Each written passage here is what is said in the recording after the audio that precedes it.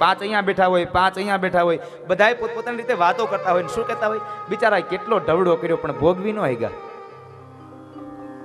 માંડ ભેગું થયું, ભોગવવાનો વારો આવ્યો ત્યાં બિચારા વયા ગયા. આમ જ થાય છે બધાયનું. આપણે કોને ખબર કેટલું ભોગવીશું. આના કરતા છોકરાને કહી દે કે તમે કરો બાપા, અમારે તો એ મજા કરવી છે. એટલી જ્ઞાનની વાતો કરે, એટલી જ્ઞાનની વાતો કરે કે આપણને થાય કે આ ઘરે આવીને વૈરાગ્ય લાગી જાય, આ ઘર ન મૂકી દે ક્યાં, આટલો વૈરાગ્ય લાગી જાય. પણ જેવો સ્મશાનથી નીકળે, ગામના પાદરમાં આવે અને ડંકી નીચે બેહીને નાઈ લે એટલે બધો સ્મશાન વૈરાગ્ય ધોવાઈ ગયો, બધું ત્યાં ત્યાં મૂકી જાય. એમાં જરાય સંશય નહીં, પાછો હતો ત્યાં ત્યાં. એટલે આપણે પણ આવું જ થાય, ઊભા થાય એટલે બધું ખખીરીને જ જાય, આઈનું આયા. ભેગું લઈએ જ હું કામ જવું જોઈએ? આપણે તો ભેગું શું આવશે? જેટલું ધન ભેગું કર્યું એ બધું ભેગું આવશે. આમાંથી કશું નહીં આવે સાહેબ. હજી સુધીમાં મેં ક્યારેય જોયું નથી કે મોટામાં મોટો ધનવાનનો કોઈ માણસ, કોઈ પુરુષ, કોઈ યુવાન, કોઈ સ્ત્રી હોસ્પિટલની અંદર મૃત્યુ પામે અને એની પાસે સારામાં સારી મોટા મોટી ગાડી હોય, મોંઘી કાર હોય, પણ ક્યારેય મેં સાંભળ્યું નથી કે હોસ્પિટલમાં મૃત્યુ પામેલા એના પોતાના જ પરિવારજનના શબને એની ગાડીમાં લાવે. નહીં નહીં, શબ વાહિની બાંધી લ્યો ને ભાઈ. કારણ ત્યાં સંબંધ પૂરો થયો. એક જીવ નીકળી જાય એટલે આ શરીર સાથે આપણો સંબંધ પૂરો થઈ જાય. આપણે તરત ડરીએ, હવે શબને આપણી ગાડીમાં ન લઈ જવાય. એ શબ થઈ ગયું, કારણ એમાંથી જીવ નીકળી ગયો, પરમાત્મા નીકળી ગયો, અંશી નીકળી ગયો છે.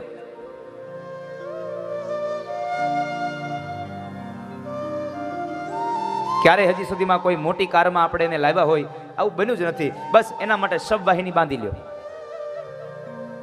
શબ વાહિની બંધાઈ જાય.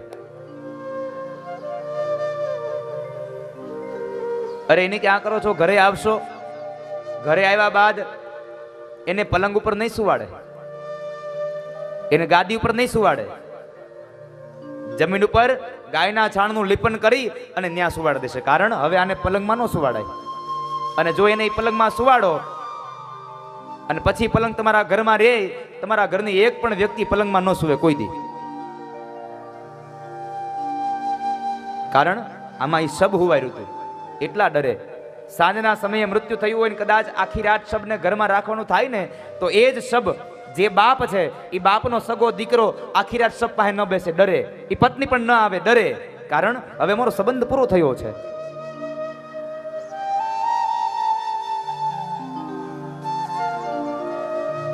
સંબંધ જીવ સાથે હોય છે સાહેબ. રડે ખરા, પણ કોના માટે રડે છે હજી આ જગતના કોઈ માણસને ખબર નથી પડી. ક્યારે તમે જો માણસ મૃત્યુ પામે ત્યારે રડો છો, શું કામ રડો છો? કોના માટે રડો છો? જો તમે જીવ માટે રડતા હોય તો જીવને તમે કોઈ દિવસ જોયો નથી, તો એના માટે શું કામ રડો છો? જેને તમે જોયો જ નથી એના માટે શા માટે રડો છો?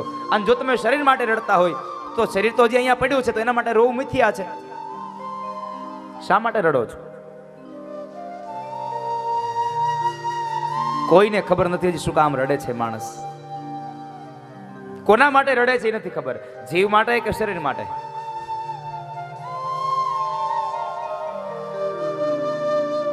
ભગવાને સુંદર મજાનો આ દેહ આપ્યો, આ દેહને સાર્થક બનાવજો બાપ.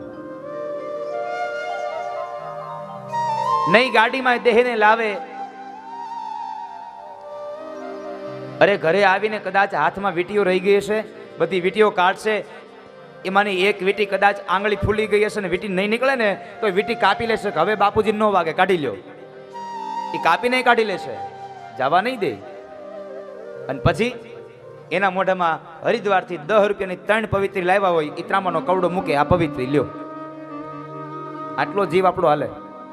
હજી સુધીમાં મેં નથી જોયું ક્યાંય કે કોઈના મોઢાની અંદર ક્યારેય સોનાની વીંટી કોઈ મૂકી હોય. ત્યાં ત્રાંબાનો જ કવડો, ત્રાંબુ જ પવિત્ર, બીજું કઈ પવિત્ર જ નહીં. ન જવા દઈએ. પહેરેલા કપડા કાઢી લઈએ, નવું ખાપણ ઓઢાડી દઈએ. ક્યાં સુધી? સ્મશાન સુધી. સ્મશાને જઈને ખાપણ પણ કાઢી લઈએ છે. કંઈ ભેગું નથી લઈ જવા દેતા. ભેગું આવશે તો માત્ર તમારું કરેલું સત્કીર્તન, તમારું કરેલું સત્કર્મ આવશે, તમારું કરેલું પુણ્યનું ભાથું ભેગું આવશે. બાકી કશું તમારી સાથે નહીં આવે આ જગતમાંથી. મારું મારું કરીને ધન મેળવ્યું રે, મારું મારું કરીને ધન મેળવ્યું રે, એમાં તારું નથી તલભારયંત, કાળે સગું નહીં કોયનું રે, એમાં તારું નથી તલભારયંત, કાળે સગું નથી કોયનું રે. અંતકાળે કોઈ સગું નથી. મારું મારું કઈ બધું ભેગું કરશો પણ બધું અહીંયા જ પડ્યું રહેશે. કોઈ દીકરાઓ સાથે નહીં આપે.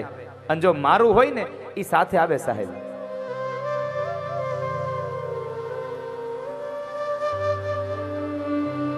આ શરીર ગમે તેટલું રૂપાળું હશે પણ ક્યારેય કોઈ ઘરમાં નહીં રાખે.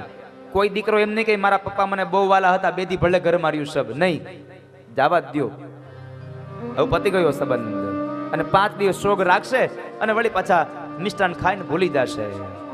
તારો દેહ રૂપાળો રે, નહીં રાખે ઘરમાં ઘડી, તારો દેહ રૂપાળો રે, નહીં રાખે ઘરમાં ઘડી, તારો દેહ રૂપાળો રે, નહીં રાખે ઘરમાં ઘડી, તારો દેહ રૂપાળો રે, નહીં રાખે ઘરમાં ઘડી, તારા સગાને સંબંધી રે, થોડા દીમાં ભૂલી જાશે, તારા સગાને સંબંધી રે, થોડા દીમાં ભૂલી જશે,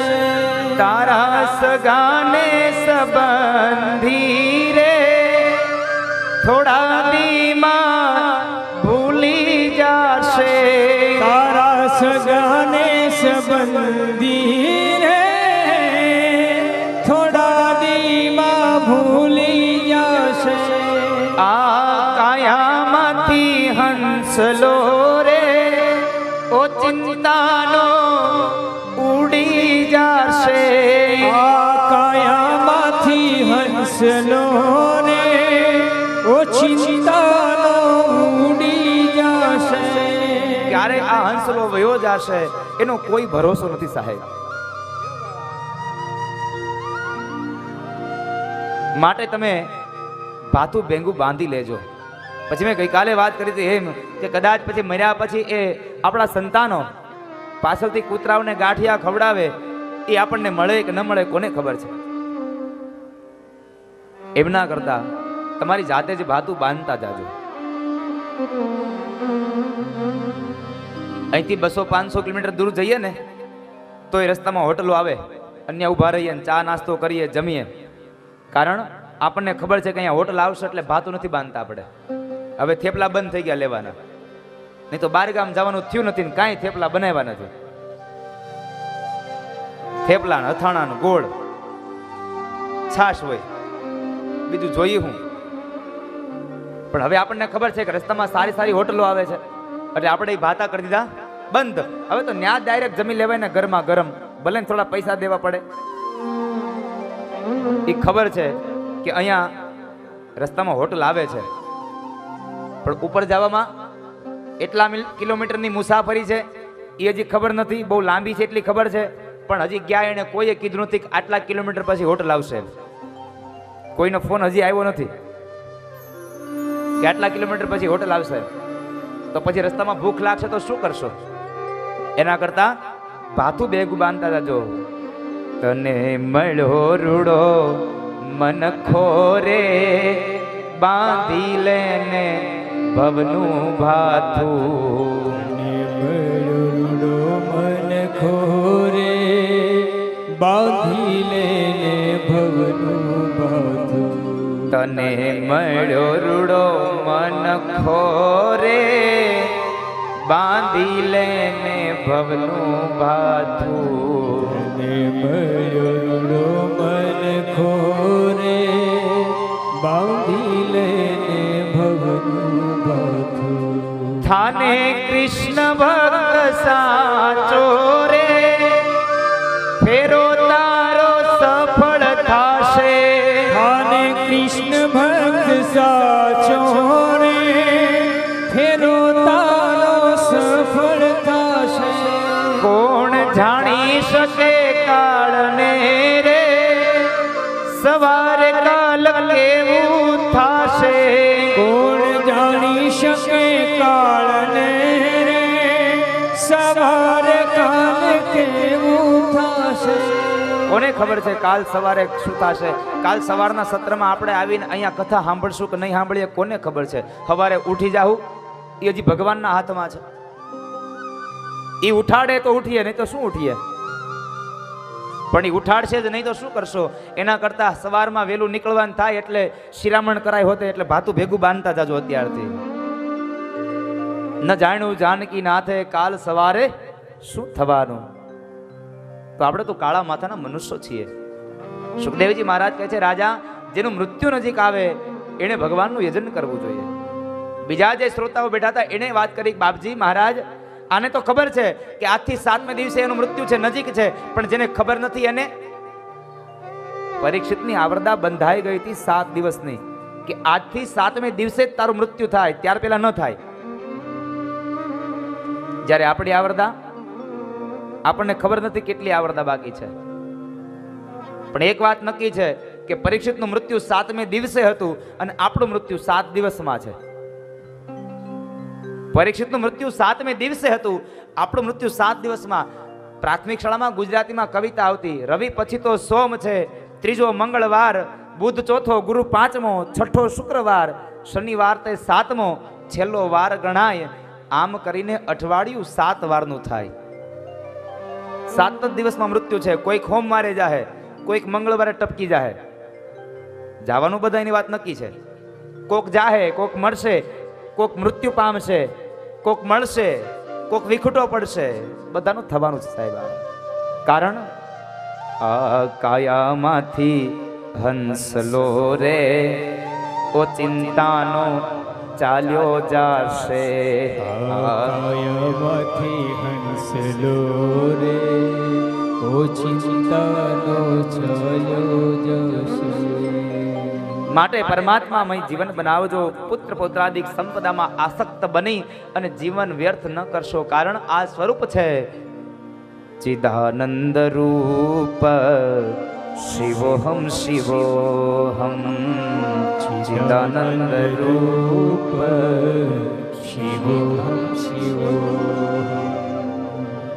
ચિદાનંદ રૂપ છે આ સાહેબ શિવનું અંશ છે માટે જેણે પણ ભગવાને જીવાત્મા પ્રત્યેનો અધિકાર આપ્યો છે માણસ હર હંમેશા ભગવાનનું યજન કરજો પરમાત્માનું રટન કરજો ત્યારબાદ ભાગવતનો આરંભ થયો વર્ણ વ્યવસ્થાની વાત બતાવી આ જગતના નિર્માણની કથા બતાવી ભગવાનના આ વિરાટ સ્વરૂપ છે આ જગત એની વાત બતાવી અને સુખદેવજી મહારાજ રાજા પરીક્ષિતને કહે છે રાજા આ જગતમાં દરેક જીવાત્માને મુક્તિ મળવાની છે કોઈને આજ મળશે કોઈને કાલ મળશે કોઈકને આ જન્મે મળશે કોઈકને બીજા જન્મે મળશે મુક્તિના 2 પ્રકારો છે કોને કેવી મુક્તિ લેવી એ નક્કી તમારે કરવાનું છે એક સદ્યો મુક્તિ અને એક ક્રમ મુક્તિ 2 પ્રકારની મુક્તિ છે જો આને આપણી તમારી ભાષામાં સમજાવું તો મુસાફરી કરવાની વાત નક્કી છે મરવાનું છે નક્કી છે એટલે મુસાફરી કરવાની વાત નક્કી છે હવે મુસાફરી શેમાં કરવી એ નક્કી તમારે કરવાનું પ્લેનમાં કરવી છે ટ્રેનમાં પ્લેનમાં કરવી છે તો સુરતથી બેહો સીધા દિલ્હી આ પ્લેન મુસાફરી આ સદ્યો મુક્તિ સુરતથી બેસો અને દિલ્હી જાઓ પણ વચમાં બધા સ્ટેશન લેતા જાય અંકલેશ્વર ને ભરૂચ ને નડિયાદ ને વડોદરા બધું લેતું જાય આ ક્રમ મુક્તિ ટ્રેન મુસાફરી પ્લેનમાં બેસશો જલ્દી પહોંચશો ભાડું વધારે થાય ટ્રેનમાં બેસશો ભાડું ઓછું થાય મોડા પૂગશો નક્કી તમારે કરવાનું છે એક પછી એક સ્ટેશન લઈને જવું છે દિલ્હી જાશો એ વાત નક્કી છે દરેક જીવાત્માને ભગવાને વરદાન આપ્યું છે કે તને હું મુક્તિ કરીશ તને મોક્ષ આપીશ આ વાત નક્કી છે પણ કેવી રીતે મોક્ષ મેળવવો એ તારે નક્કી કરવાનું છે ટ્રેનમાં બેવું છે પ્લેનમાં મનુષ્ય અવતાર પૂરો થાય એટલે સીધી જ મુક્તિ એ તારા હાથમાં છે. મનુષ્ય અવતાર પૂરો થાય પછી પરશુયોનીમાં પતંગા બનવાનું, કીડા બનવાનું, મકોડા બનવાનું, આ નક્કી તારે કરવાનું છે. ક્રમ મુક્તિ જોઈએ છે કે સદ્યો મુક્તિ?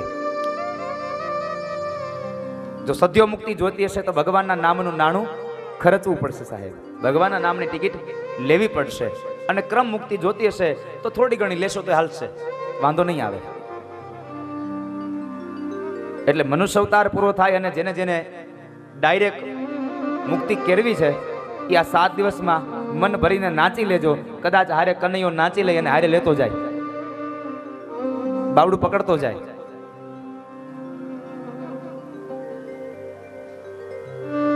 ભાવથી સબ નાચી લેજો બાપ, ગાઈ લેજો કૃષ્ણના ગીતને. અને આપણે ગાવા માટે તો અહીંયા બેઠા છે, બીજું શું કરીશું? એને કથાઓ સાંભળીને આનંદ કરીશું અને નાચી કૂદીને આનંદ કરી અને પરમાનંદની અનુભૂતિ કરીશું.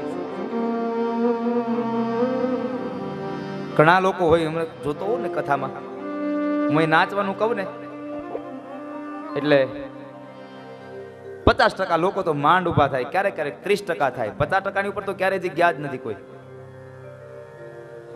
એ વિચાર કરે કે આપણે ઉભા થાવું ને, કદાચ કોઈક બાજુવાળો કે આને ભક્તિ સમરા કાઢી ગઈ,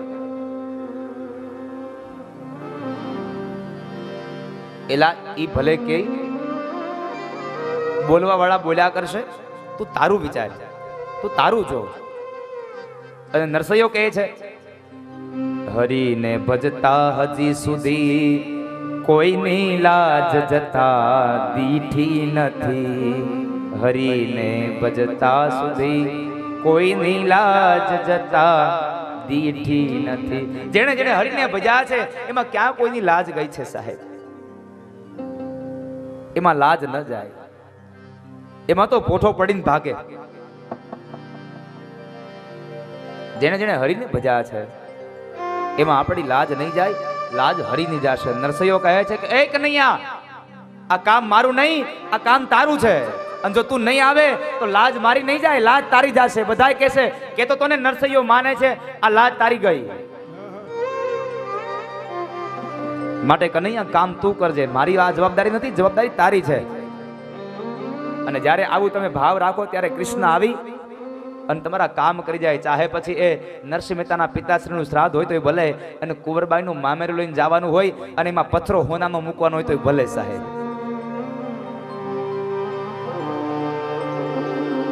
એ કામ કરી જાય છે. પણ જેણે હરીને ભજ્યા છે એના કામ થયા છે.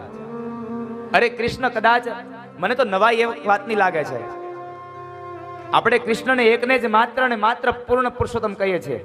માત્ર પૂર્ણ પુરુષોત્તમ કૃષ્ણ એક જ છે, બાકીના બધા અર્ધનારીશ્વર છે.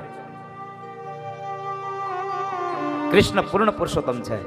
આજનો પુરુષ પણ અર્ધનારીશ્વર છે, કળિયુગનો પુરુષ પણ અર્ધનારી છે. આ પૂર્ણ પુરુષ છે. કદાચ નરસિંહ મહેતાનું રૂપ લઈને જાય એમાં નવાઈ નથી. કદાચ મીરાબાઈના ઝેર પીવા જાય એમાં નવાઈ નથી. શામળસો શેઠ બની જાય એમાં નવાઈ નથી. નવાઈ તો ન્યા છે કે સકુબાઈના ઘરના છાણ વસદા કરવા માટે થઈ અને જેને પૂર્ણ પુરુષોત્તમ કીધો છે એ બાઈનું રૂપ લઈને જાય, સ્ત્રી બનીને જાય અને સકુબાઈને કહે, સકુબાઈ તમે જાત્રા કરો, ઘરના છાણ વસદા અમે કરશું સાહેબ. આ સ્ત્રી બનીને જાય છે. વવારું થઈને વાલો આવ્યો, કરવા ઘરના કામ લીધા સકુબાઈના રૂપ. એ સકુબાઈનું રૂપ લઈને ધરીને આવે, કારણ ભગવાનની ભક્તિમાં એને સકુબાઈને ભાવ જાગ્યો. જ્યાં સુધી ભગવાનની ભક્તિમાં તમને ભાવ નહીં જાગે ત્યાં સુધી પરમાત્મા તમારું કામ નહીં કરે સાહેબ. પણ મસ્તીથી ગાઈ લેજો તમે. અને જ્યારે માણસ મસ્તીમાં ડૂબી જાય ને ત્યારે ક્યાં વ્યો જાય, શું કરે એની કોઈ ખબર ન રહે. મુझे मेरी मस्ती कहाँ लेके आई, मुझे मेरी मस्ती कहाँ लेके आई, मुझे मेरी मस्ती कहाँ लेके आई, जहाँ मेरे अपने सिवा कुछ नहीं, जहाँ मेरे अपने सिवा कुछ नहीं, मुझे मेरी मस्ती कहाँ लेके आई, मुझे मेरी मस्ती कहाँ लेके आई।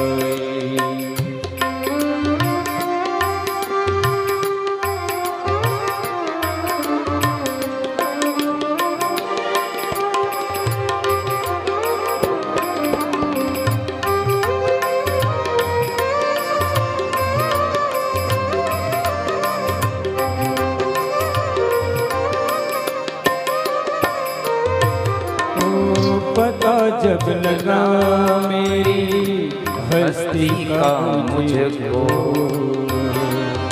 જ્યારે માણસને ખબર પડી જાય કે હવે બસ મને મારી ઓકાત ખબર છે કે હું શું છું, અને જ્યારે માણસ તમામ વસ્તુઓને ભૂલી જાય, બીજી પંક્તિમાં કીધું જહાં મેરે અપને સિવા કુછ નહીં, જ્યાં મારી સિવાય કઈ નથી, માણસ ભૂલી જાય આજુબાજુમાં કોણ બેઠું છે આ ભૂલી જાય, માત્ર કૃષ્ણમય દેખાય ત્યારે સમજો ત્યારે જ એ નાચી શકે, બાકી નાચી ન શકે. કારણ કનૈયો કહે છે કે જે માણસ વાસનાઓને ભૂલે એને મારા રાસમાં નાચવા દઉં, બાકી નાચવાય ન દઉં.